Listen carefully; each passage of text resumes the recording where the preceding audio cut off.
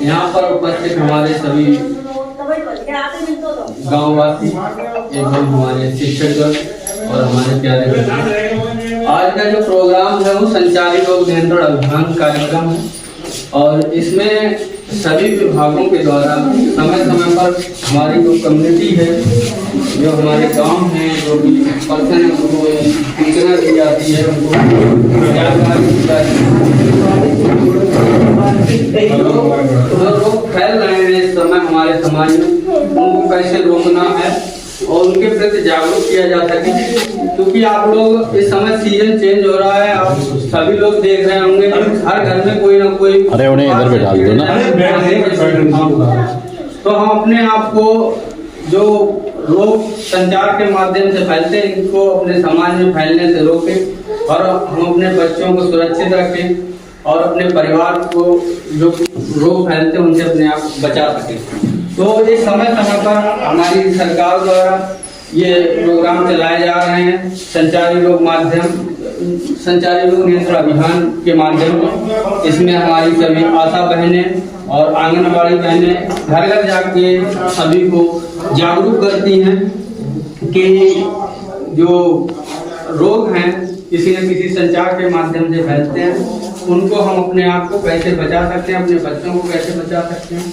और क्योंकि हमारे जो आजीविका में जितना खर्च होता है उससे कहीं ज़्यादा हमारी दवाइयों पे खर्च हो जाता है। हम उसको अपने आप को कैसे इन चीज़ों से बचा सकें, हम अपनी आर्थिक स्थिति को सुधार सकें, क्योंकि सबसे ज़्यादा आर्थिक स्थितियाँ तभी खराब होती है जब घर में कोई बीमार होता है।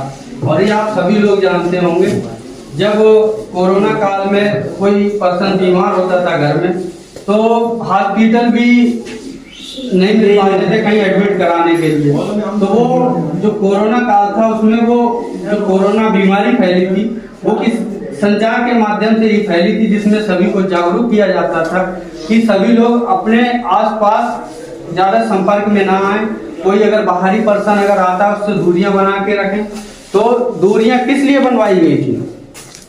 कहते थे 2 गज की दूरी, वो इसलिए रखी गई थी जो कोरोना वायरस था वो 2 गज की दूरी को ट्रेवल करने में ही खत्म हो जाता था। मतलब कि अगर 2 गज से तुम अगर ज्यादा पास में आ रहे तो वो इफेक्ट करता था। अगर 2 गज की दूरी आप बना के रखेंगे तो एक आदमी से दूसरे पर्सन में वो नहीं पहुंच पाता था, इसलिए वो दूरियां बना के ये स्लोगन चलाया गया था।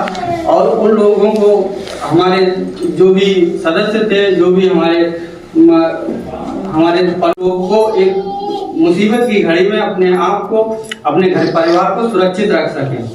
तो तब से लेके अभी तक भारत सरकार और यूपी सरकार मिलकर के इस मुहिम को चला रहे हैं कि हमारे कम्युनिटी में जो संचारी के माध्यम से उनको जागरूक किया जा सके, हम अपने बच्चों को जागरूक कर सके, अपने जो भी व्यक्ति हैं, गाँववासी हैं, उन सबको जागरूक किया जा सके कि हम अपने घरों में साफ सफाई रखें और जो संचार के माध्यम से रोग फैलते हैं उनसे हम अपने आप को बचा सकें। तो जो संचारी रोग वो होते हैं जो किसी न किसी माध्यम से फैलते हैं और उसमें जो माध्यम है चूहा छछूंदर हो गया और मच्छर हो गया, मक्खी हो गई और जो भी अन्य ऐसे जीव, कोई रोगी व्यक्ति हो गया जिसके संपर्क में हम आए और बीमार हो जाए, तो ये माध्यम हो गए संचारी रोग फैलने के। हम इन माध्यम को कैसे अपने आप को बचा सकते हैं? नंबर 1 बात कर लेते हैं चूहे एवं छछूंदर जो घर में हमारे रहते हैं। तो कोशिश करें जहाँ भी बिल वगैरह आपके घरों में दिखाई दे उन्हें बंद कर दें, क्योंकि चूहा जो हमारी खाद्य सामग्रियां उन्हें दूषित करता है तो लेप्टोस्पायरोसिस, स्क्रब टाइफस जैसी बीमारियां बनती हैं और उसका कोई अभी तक इलाज नहीं सही खोजा जा सका। तो कोशिश करें हमारे घरों में जो चूहे हैं उनका नियंत्रण करें और जहां भी आपको कहीं बिल दिखाई दे, आपका खुला हुआ अनाज कहीं हो उसे बंद कर दें, बिल हो उसे बंद कर दें और चूहों को नष्ट कर दें। आप चूहेदानी का उपयोग कर सकते हैं और अगर मार्केट से अगर दवाई अगर लाना चाहते हैं तो ब्रोमोडियोलान दवा आती है उसका उपयोग कर सकते हैं और जिंक फास्फाइड आती है उसकी, जिसको सल्फास के नाम से भी हम लोग जानते हैं। लेकिन इन दवाइयों का, रासायनिक दवाइयों का उपयोग करते समय हमें अपने घरों में सावधानी जरूर रखें कि वो हमारे बच्चों की पहुंच से दूर रहे और वहाँ पे अपने बच्चों को ना जाने दें जहाँ पे आप उस दवाई का उपयोग कर रहे हैं।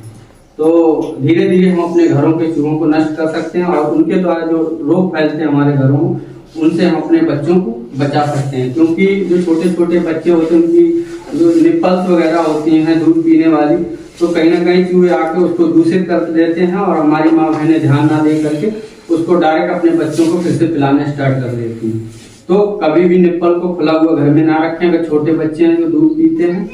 और जो भी छोटी मोटी सामग्रियां हैं, हमारे बच्चे हैं खुली सामग्रियां हैं जिनको खाने लगते हैं, तो अपने जालीदार जो एक वो आती है उसमें अपने जो खाद्य सामग्रियां उनको रख के हमारे जो बच्चे हैं वो सुरक्षित रहें इन बीमारियों से।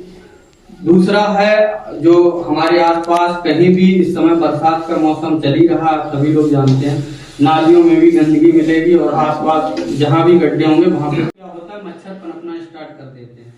वहाँ पे जो मच्छर होते हैं वो अपने अंडे पानी में देते हैं। अगर पानी कहीं एकत्र है, ठहरा हुआ है, तो ठहरे हुए पानी में वो अपने अंडे दे देते हैं और वहीं से मच्छर उत्पन्न हो जाते हैं। जब मच्छर होंगे तो जाहिर सी बात हमारे आसपास बीमारियां पैदा करेंगी।